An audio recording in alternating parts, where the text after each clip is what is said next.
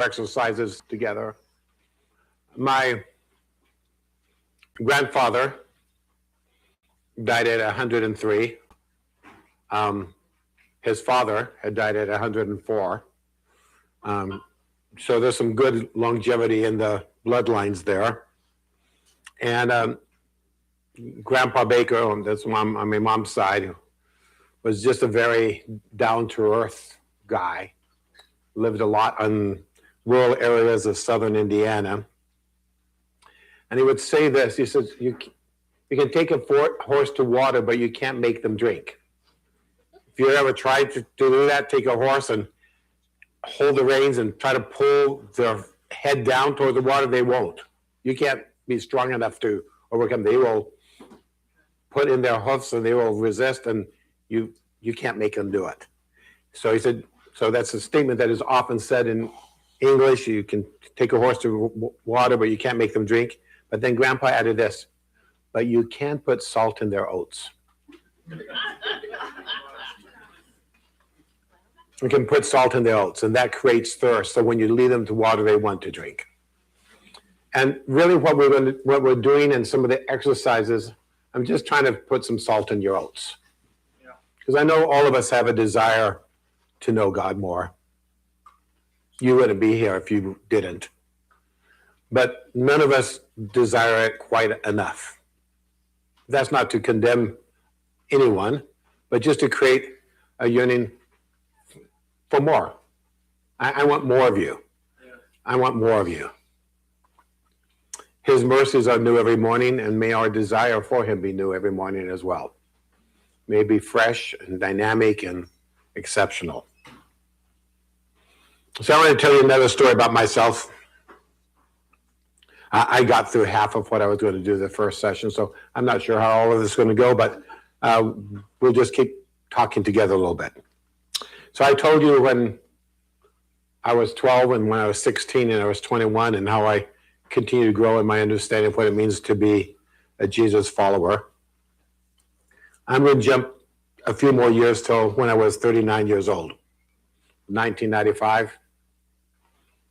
And if you do the math, you realize that this year I'll hit 70. Yeah, I don't know how that happened, but it is the case. And at this point, I've been in YWAM for 18 years. We pioneered the work of YWAM in Chile. We'd been there 14 years.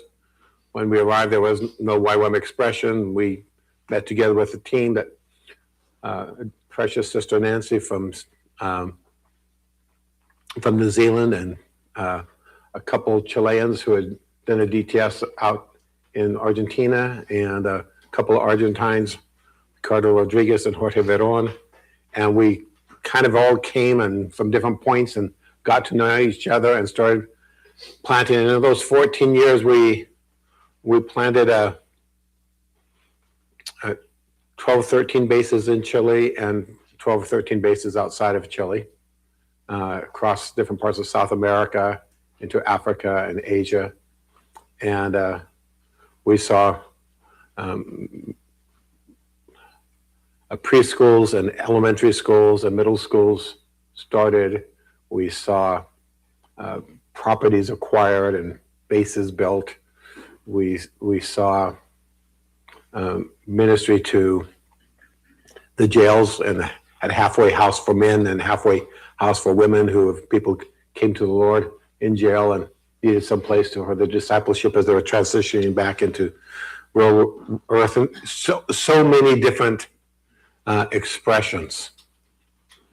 And at this particular point in time, we had left Chile and we were living in Richmond. We were in Richmond, Virginia, helping give leadership and part of a leadership team that David Swore was leading at that time in that city.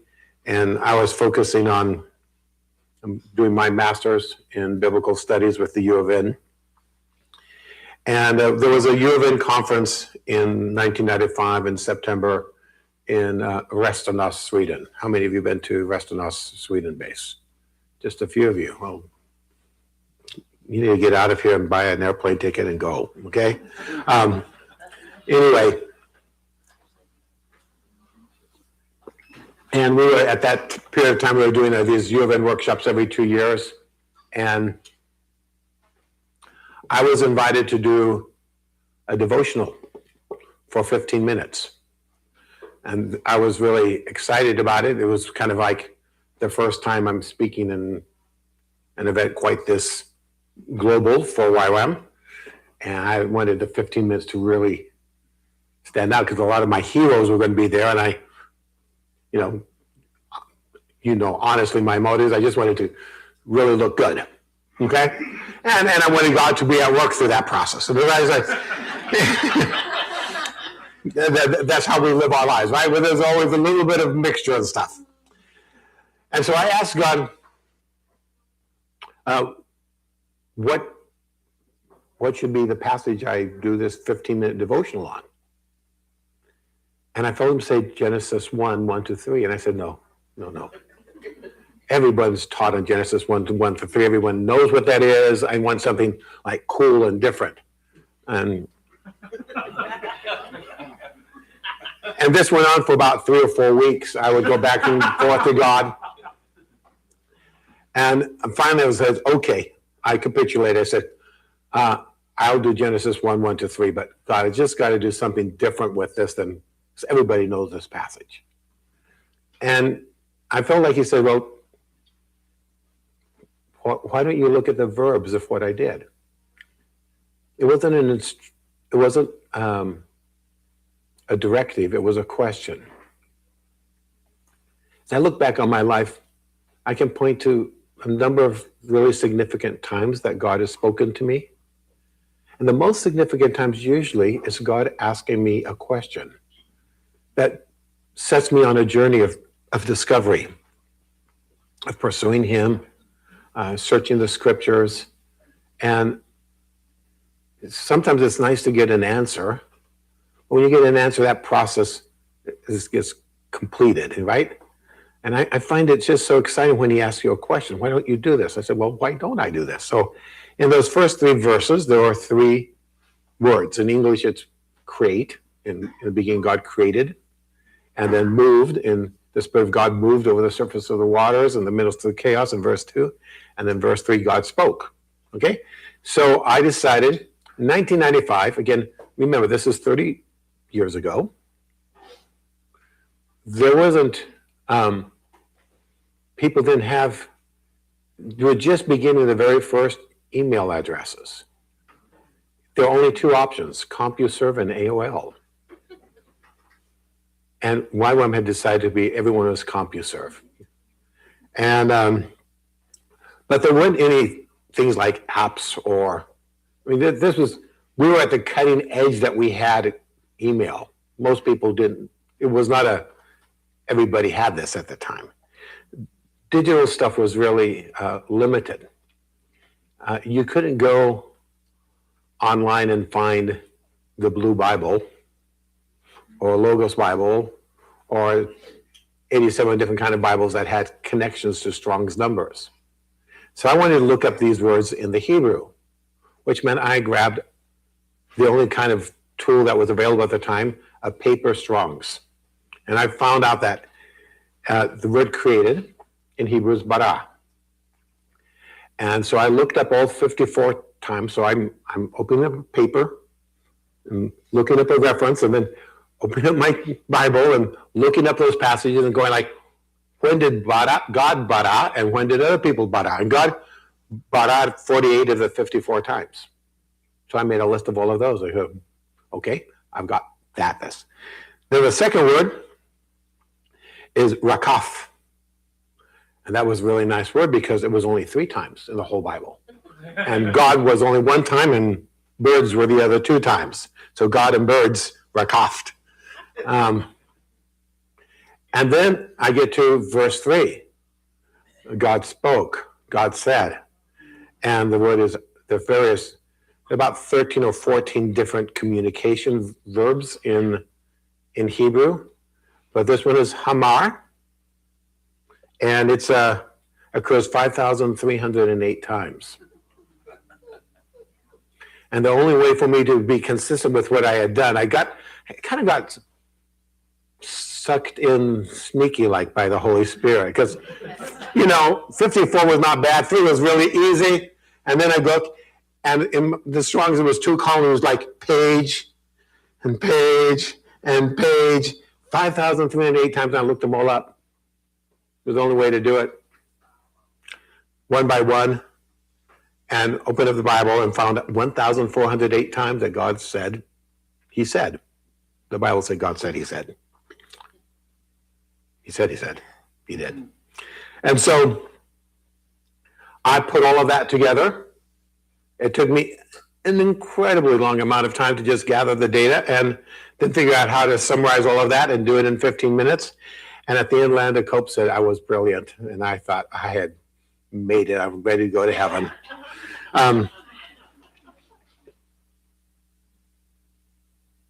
But that started me on a journey of discovery, because after that, I thought, well, I've already done, some time had passed and I was kind of sick and tired of looking through my Strong's paper concordance.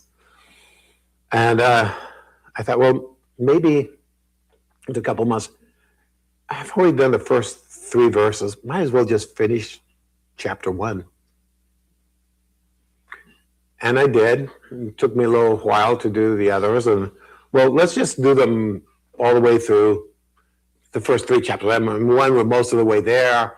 A good chunk of the things get repeated. And there are about 38 different verbs in the first 3 chapters, and looked all of those up and took a break from that. Was just insane for a while. And then a few months later, it was like, we've done 3 chapters. Probably not that much new stuff between chapter 4 to 11, up till Abraham comes. So let's finish off the first 11 chapters. That's kind of the first big divide and division in the book of Genesis. Genesis is 4 events and 4 generations. Creation, fall, flood, and tower, and then Abraham, Isaac, Jacob, and Joseph. It's just really easy to remember, 4 and 4. So let's go over the first 4 all taken care of.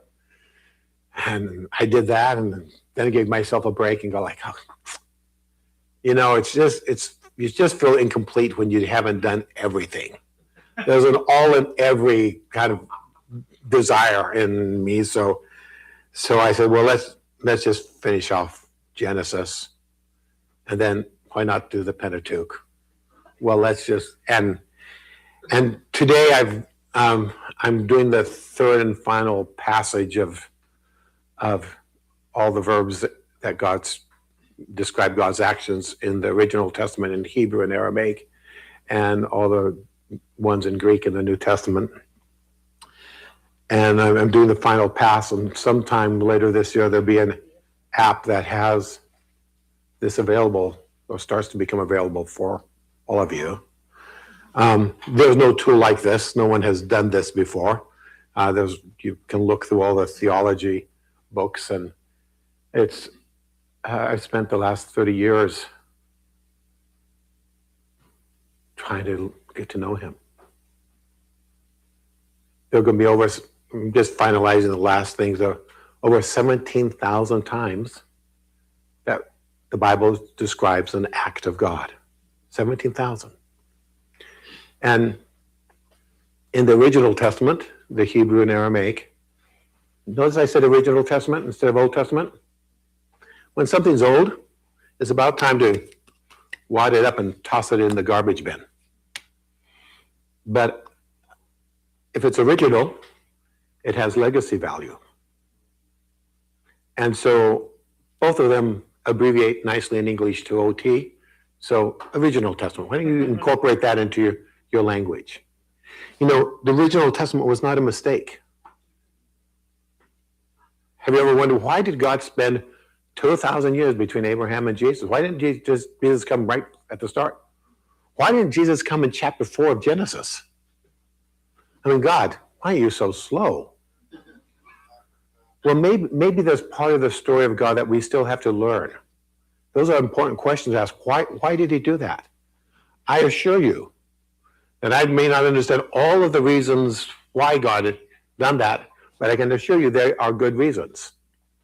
God is not slow, as some would consider it, okay? We read this in 2 Peter. So there's no slowness. So God thought it needful. God thought it necessary. God thought it desirable. How much time do you spend reading the original Testament? A few years back, maybe 6 or 7 years ago, Barna did a study, I think of about 300 mega churches across the U.S. and looked at what were the key passages for sermons, Sunday morning, Sunday evening, Wednesday night, and et cetera, all the things during the week. They collected from these 300 churches all their sermons over a 4-year period. So, and just had listed it like, this is the main reference. And for every one sermon that was based on an original Testament passage, there are 4 sermons from the New Testament. Well, that's nice. We like that, but the original Testament is 3 times as long. And so that means if it's 3 times as long, but it's only 1/4 as many uses, you multiply the 3 by 4, it's getting 1/12 of the press that the New Testament is getting. And so somehow in our practice of church across America, we think that the original Testament is only 1/12 as valuable as the New. Now we know that the New completes the original. Jesus and his redemption is absolutely the culminating climax. But if you read the last chapter of a Sherlock Holmes mystery before you read the whole book, you ruin the story. Right? Any good novel, if you read the last part out of sequence, you ruin the story. There's reason that God has given us this whole story. So I want to encourage you in just your own pursuit of God, your own understanding of God, your own seeking him, to make sure that you balance out your menu. Okay? It's like when you sit down at a table, you make sure you've got your protein and you've got some carbs and you've got your vegetables and as little sugar as possible, right? Or at least that's the way it's supposed to work, right? But when they bring out brownies, I mean, how can you resist? So, but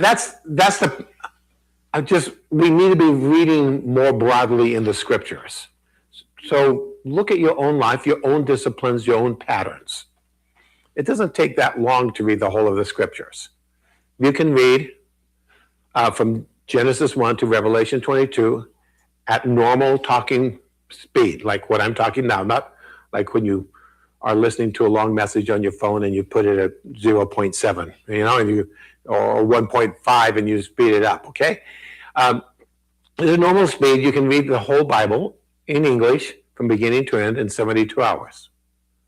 That's not very long at all. You can read 12 hours a day for 6 days and do it. And some of you just smiled and snickered. I've done that 15 times. 15 weeks where I've read the Bible from beginning to end. And it's absolutely amazing. It changes the way you think things. Because when you get to Matthew, Mark, and Luke, and they're quoting Isaiah and Jeremiah and the messianic prophecies, you read those all the day before. And it all makes sense. It all comes together with a clarity. When I'm invited into a DTS, I often ask if it's near the front end, can I just, instead of teaching, can I just leave everyone in a process and we read through the Bible together this week? Think about it. As a base, you're in realignment time. You had 1 week of prayer and fasting. Take a week sometime at your bases. Say, let's just read the Bible. Then on Sunday, I don't even crack the book. It's a day of rest. I read the Bible the last 6 weeks, 6 days. I don't need to read the Bible today. Okay? Then go back the next week to just kind of your normal pace. But we need to become a people of the book. There's stories there we love the testimonies as Pete and Al and others share. We love those stories because they're so real. Well, this book is just about those stories. 84% of the Bible is narrative. And then you get to, some poetry and Psalms and Ecclesiastes, and you get to Paul's letters. But if you just consume only Paul's letters, which I love a whole bunch, and you don't get the story part, it becomes too abstract. You need the stories in there. So I just want to encourage you in your own disciplines of just, as we seek to know God, we don't start with a blank canvas. We've been given a wonderful legacy that was 2,000 years in the making between Abraham and John's lifespan, a little over 2 millennia. And so we just want to really look at that. And so I started this looking at the verbs that have God as the character in the originals, and I've spent the last 30 years doing that. I'm just about done. Like I said, I'm wrapping it up, and it's going to be in some form available to you coming to a digital screen near you, okay? For free. And to just explore who God is and get to know him. Why do I do that? Well, I'm moved by Psalm 111. Let me pull that up here. Psalm 111, verses 2 to 4. I'm going to read this one in the NLT. I read in multiple different language translations. But this one is, my favorite version of this one is in NLT. So Psalm 111. Verses 2 to 4. How amazing are the deeds of the Lord. All who delight in him should ponder them. Do you delight in God? Is he the joy of your life? Is he the reason that you wake up in the morning and have a smile because he's created you and he loves you and you're important to him? All who delight in him should ponder them. Ponder what? His deeds, his actions, what he's done. Then this verse 3 is what captured my heart. Everything he does reveals his glory and his majesty. So I thought, wow, everything he does. So I just want to look at compile a list of all the things he does. And I'm at 17,000 and something. Okay, I'm just tweaking it, confirming it for the third time through. And that I've got all of the originals things. I've not skipped something or I misrepresented something. Everything he does reveals his glory and majesty. His righteousness never fails. He causes us to remember his wonderful works. How gracious and merciful is our Lord. Some people talk about the original Testament being about justice and the New Testament about mercy. How gracious and merciful is our Lord. It's the same God. And those are caricatures of scriptures by those who have little in-depth experience in the scriptures. We are called into a place of just receiving the fullness of what God has. So friends, we have in those 17,000 times in the Hebrew and Aramaic, there are about 740, finalizing that right now, distinct verbs that describe actions of God. Okay, there are more verbs than that in the Hebrew language, but these are the ones that describe God's actions, that he's the subject doing that thing. About 730, 740. And in the Greek New Testament, there are about 540. 530, 540 again. Words that describe God's actions, okay? Some of them would be translations, the same words mean the same thing. Others are different nuances. Altogether, There are about nearly 1,300 words, 1,280, something like that, words, distinct verbs that describe God's actions. If I asked you to make a list of everything that God has done, could you come up with 1,280 things? It'd be hard pressed, right? I certainly would, even after spending 3 decades at this. And I just want to challenge you. Tonight we're going to have a worship time. I'm so grateful for Moses and Erica being here. And we're just going to, our evenings, as you know, are optional. Some of you have other things you may not be able to make it. But our evenings are desirable, okay? It's optional that you don't feel condemned if you can't make it. Lots of you carry other things besides what just being here, okay? So that's a great time to be gone if you need to be gone. But if at all possible, the evening times are going to be really rich times from 6:30 to 8. So as we think about that, our language of worship needs to be a language of worship of praise needs to connect with what God has revealed about himself. Think of the worship services that you've been at. Most of them, you know, we sing some songs and then people speak out, and the kind of what goes on is something like this.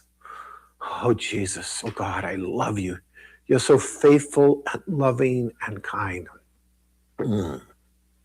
Hallelujah. Faithful God, loving God, kind God. So kind, so loving, so faithful. You know, you mixed it up. You put them in reverse order. Oh, hey, you feel the Spirit moving in you, and merciful. You add number 4. Whoa, and there's a surge in your spirit, right? And then you work those 3 or 4 or 5 or 6 words over and over and over again. There are nearly 1,300 verbs that the Bible gives you to use to worship God. So I want to put this into today. This is not just to have abstract theology. This has to be turned into our intimacy with God. God tells us these things about himself because they're pertinent to how we live our life on earth.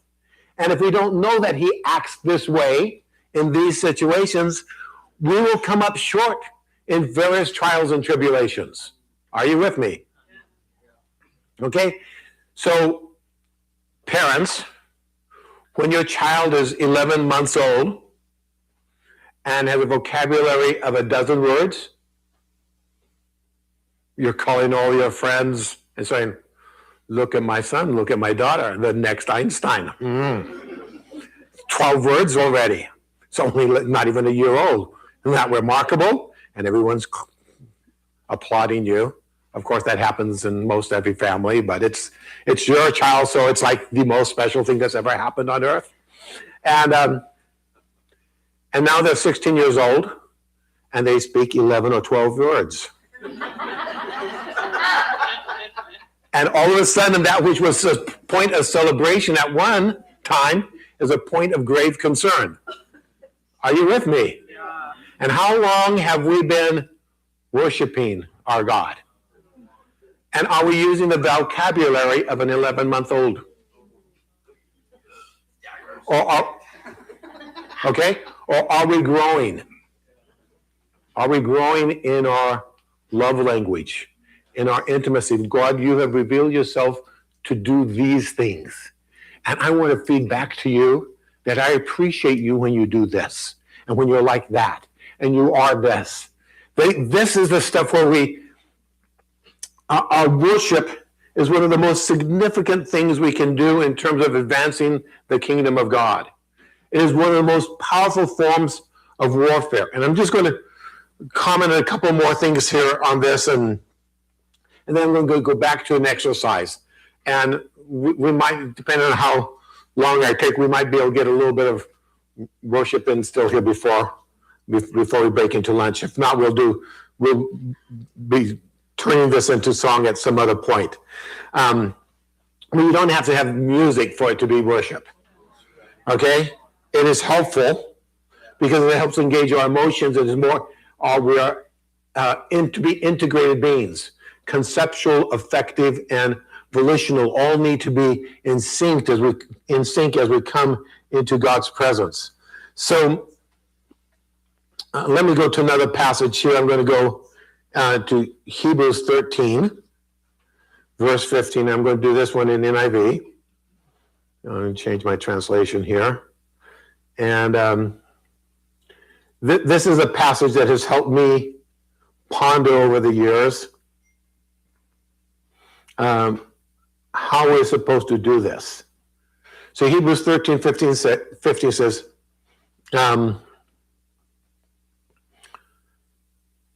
through Jesus, therefore, let us continually offer to God a sacrifice of praise, the fruit of lips that openly profess his name, or the fruit of lips that confess his name. So I'm going to unpack this passage a little bit. We're talking about praise here. It's called, and it has a definition, the fruit of lips that confess his name. Okay? You can worship in silence. You can't praise in silence. Okay? It's got to be the fruit of lips. Okay?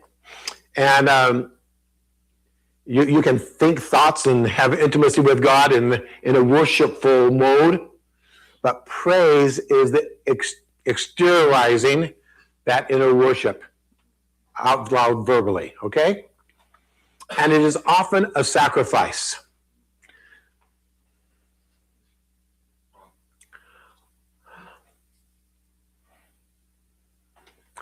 When someone does something nice for me, and I know they've got plenty of time and it's easy for them to do it, I appreciate it. But if someone does something nice for me and I know that they're going through a really rough time and it's costly and difficult and they're having to relinquish other things in order to do that, I really, really, really appreciate it. Are you with me? It's when someone praises God at any time, he appreciates it. When our context is chaotic, when we're living in warfare, when we are confused and struggling, and we deliberately turn to God and proclaim his name, and it's a sacrifice to do so, it's costly to do so, he really, really, really appreciates it. So going back to my earlier story of understanding that my actions can break God's heart or my actions can produce joy in God's heart, it's like, okay, this is one of the ways I know I can bring joy to his heart. And it's especially significant when my praise is done at a time when I feel least like praising. So a common misconception that we have is, if you're saying praising God and you feel miserable, you're being a hypocrite. No, you're choosing to do the right thing instead of following your emotions. Okay? And now you could just be following the crowd. But if you are going like, God, right now, I don't have the money, I don't know the direction, I'm having a problem with this relationship, or whatever the things are going on, but today, I proclaim your faithfulness. Today, I proclaim your goodness. Today, I proclaim, and that is one of the most powerful things that we can do to advance the kingdom of God. It's changing us, it's changing the spiritual realities, and it's very important that we do so very deliberately. But a lot of what happens in praise times is actually not praise. When you say, I'm so happy to be in your presence, that's good, but that's not praise. It's nice. I'm glad you're happy. And we're celebrating his presence. That's good. But the definition of praise here is fruit of lips. So it's words, something spoken that confess his name. So let's unpack what that means. Confess is from the Latin which means to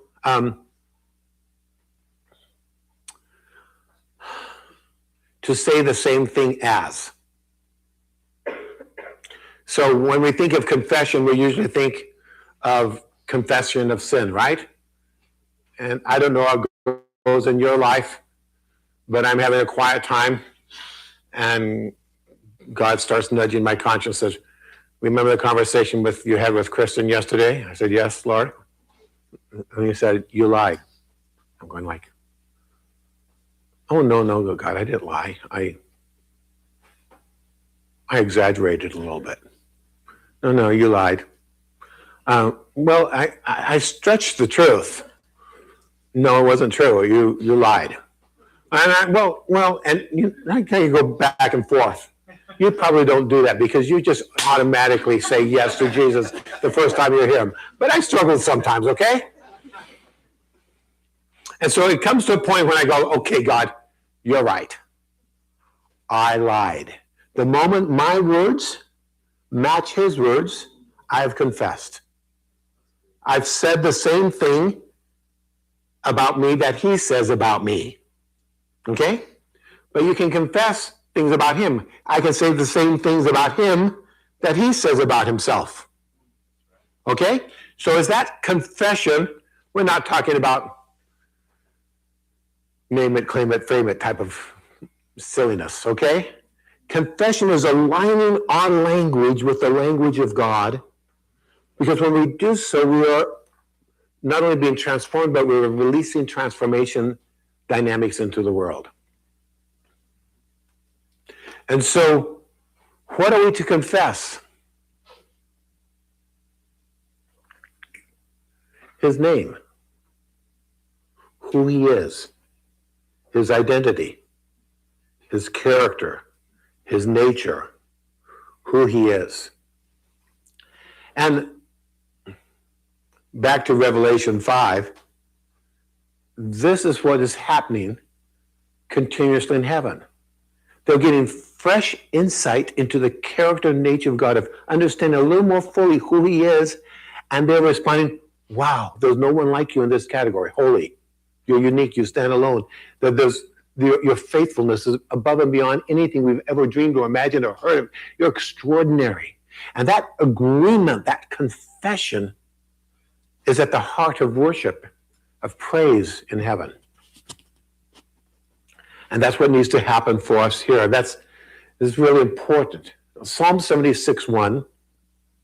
A number of years ago, I made a guitar from a bunch of boards. I had a professional luthier who was a friend of mine, and I led him to the Lord. So I taught him about Jesus, and he taught me how to make a guitar. So we hung out in the evenings together, and I discipled him one thing, and he discipled me in another thing. And his guitars, at that time, this is 40 years ago. At that time, sold between $12,000 and $15,000 a guitar. Mine might have sold for $2,000 when it was done. But it was just fascinating, the process of shaping the wood and shaving it and just getting the right thickness. And he would tap on this and this and this, and you just need to take a little bit more off your going, I can't hear any difference, but I'm going to follow you. You're the expert in this. And so we were following the instructions of making that guitar. Was just the discipline of being discipled. And I forgot why I'm telling you this. And then you went to Revelation 5. Psalm 76:1. Yes, yes. Thank you, Psalm 76:1. That was the cue. Good job. Well, good listening, team. This is a corporate expression here. Remember, I traveled 24 hours to get here and 9 hours time zone difference, and last night was a bit of a challenge finding sleepy time. So when we finished the guitar, I named the guitar. And I put my label and my signature in it and my It's been my wife's guitar for these many years. I don't play guitar, she does. And I call the guitar Judah, because Psalm 76:1, it says God is known in Judah.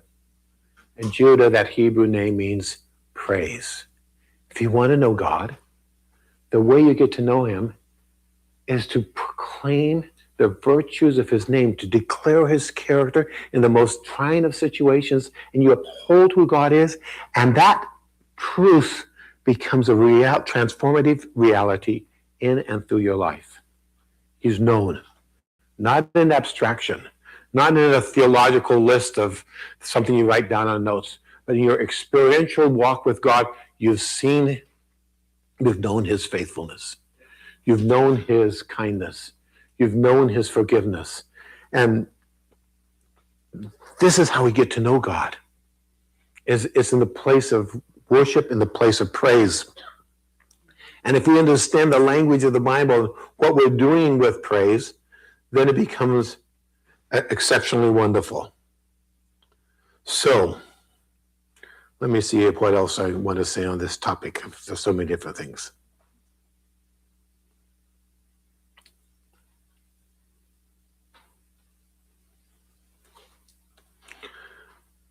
What I'd like us to do at this time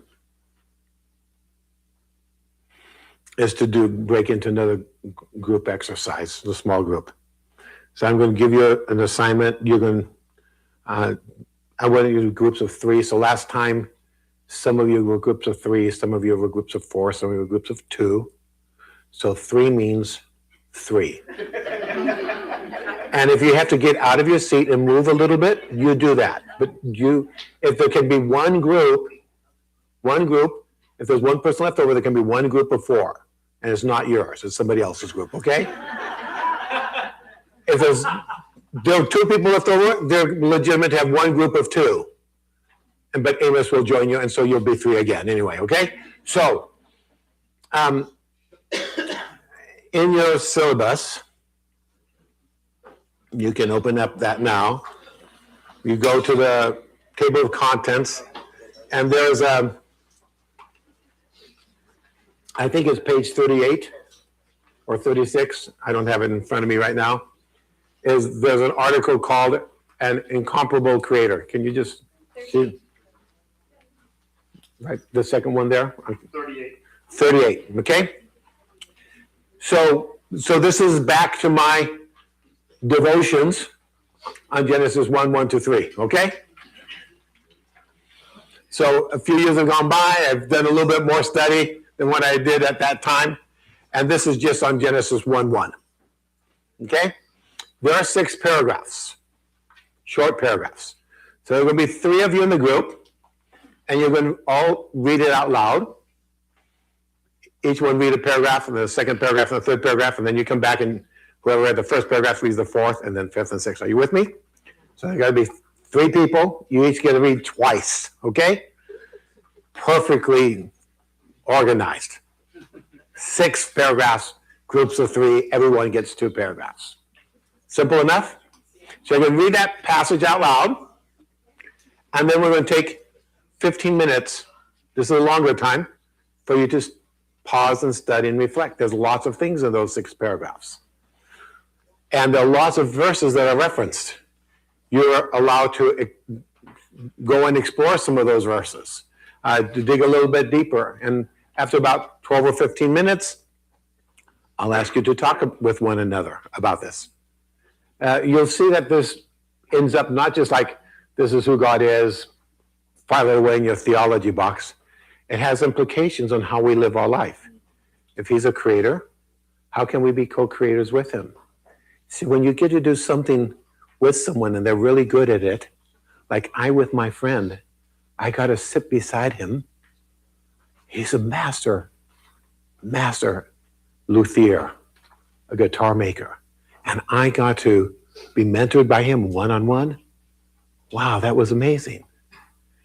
And he probably felt the same way as he was going like, I didn't start off my walk in Jesus. We worked at a little company together, and he got saved. So he was just about to divorce, and his family was restored. He and his wife came to the Lord, and Kristen and I were just brand new married, and we was able to get. We're going to think, he probably thought, this is amazing to be able to hang out with me. But I think I think I was the one who won, and he probably may have thought that he was the one who won. But it was just the joy of doing something together. Who in that particular category is greater than you, and we're invited to create with God, the ultimate creator. What does that look like, YWAMers? For our personal lives, for our corporate lives, for our bases, for our ministries. What does God want to create with us? We don't, I didn't tell him how to teach me. I followed his guidance. I didn't tell him I want the guitar with this kind of wood, not that kind of wood. I acknowledge my incapacity compared to his capacity. And sometimes we go and tell God what we want to do and ask him to just come alongside with us. We forget he's the master creator. We're the apprentice creators. And so we need to learn how to follow his creativity. Wow, there's so much to unpack here. Okay? But this is where that sixth and final paragraph takes you. Okay? So I want you to read this. Then you're going to have some time alone to explore together in groups of 3. Explore for 12 minutes or so, and then come back and share with each other what God's saying, and then we're going to have a time of prayer. Okay? And we'll see how this goes time-wise. And we might be able to do a little bit of corporate worship at the end. We'll see. Okay? Any questions about the process? Any questions as to why we're doing this? We want to know God. Yes. We want to know him more. Yes. Right? Not in some abstraction, but in real life experiential fellowship of jointly doing stuff with him. He's a doer, and we want to do it with him. Okay, so please get in, move, stand up, find 3 people. Don't do the same group necessarily that you were with before. Find another fresh group. Yeah, break it up. You can do with one of the other person that you're with, but don't do the same group as you did last time. Let's get 3 people and let's read.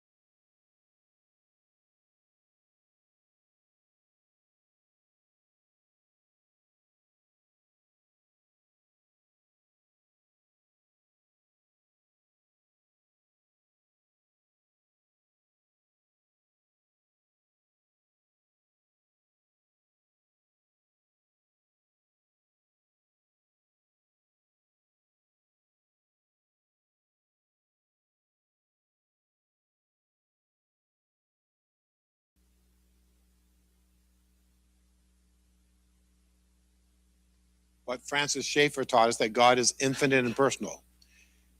If people tell you that, well, everybody believes in God and all lead to the same place, it's not true.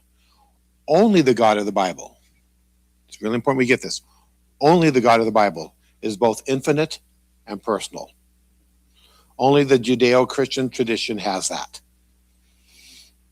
Islam he's almost personal, but not quite. Okay? He's infinite and semi-personal. But if you look at all the other gods of major or minor religions, God is either infinite and impersonal, or he's personal and finite, or he's finite and impersonal. Those are the dumbest gods, which are the most popular in the US right now, like crystals, finite and impersonal. Stupid New Age stuff. But only the God of the Bible is both so, Isaiah 57:15 says, so high that the highest heavens cannot contain him, so big, okay? The highest heavens and the heavens of the heavens. I don't know what the heavens of the heavens means, okay? Cannot contain him, but who's so personal that he dwells with the contrite and lowly of heart. Okay, that verse is in the list here is one of the consummate verses that summarizes the uniqueness of the God of the Bible. So big and so personal. So these passages are ones that you can go back to again and again and just devour as fodder for worship. Okay? The next main thing is that men and women who've been made in the image of God, this is starting at above point 13, are finite and personal. We're personal because we're made in the image of God, so we're like God in that aspect, but we're not like God in the aspect of being finite. He's infinite and we're finite, and we will always be, no matter what the Mormons say. Okay? There's always going to be a difference between us and God. We're not on the process of becoming God ourselves. Sorry. I know that's a nice thought, but it's not true. Just before point 25, the third major thought is that truth is constant and knowable. I love the way Francis Schaeffer said that. It's constant and knowable, so we don't have to live in ambiguity. And just before number 35, his fourth point was choices are significant and have consequences. What you do in life matters. It matters for you, matters for your family, matters for the lost, it matters for God, it matters for eternity. Okay? Choices are significant and have consequences. And then my dear friend, Nathaniel Baldock, who worked with me on this for 6.5 years, added a fifth point, which I think improves Francis Schaeffer significantly. And that is quite a statement of honor for Nathaniel Baldock. Nathaniel, if you're hearing this, be blessed, my friend. And the fifth point is that we're called to be change makers with God. It's all about doing things with God. Not just for God, but with him. So I just want you to be aware that that whole section from page 30 to 39 is all about this aspect. And I trust as you reflect on these scriptures, it becomes a point of worship. So we're going to close the last few minutes. I'm going to have Moses and Erica join us. And as they prepare, I don't know what song they will lead us in. I just want to invite you to stand up. And would you start speaking out, the sacrifice of praise, fruit of lips, confessing his name. So just before we start singing, would you just start telling God who he is, just declaring his character out loud, okay? Not a time to be quiet, not a time to be, you don't have to shout, but make it just your normal speaking voice. Talk to God out loud and tell him who he is. Say things to him that he has said about himself. And we'll just do this for 2 or 3 minutes, and then they'll lead us into worship when it's appropriate, okay? Into praise with song and that corporate. Are you with me? Yeah? So, Lord, here we are. You are kind and good. been always faithful. You are a Father who is so trustworthy. We love you and adore you. You, our Savior. You are King.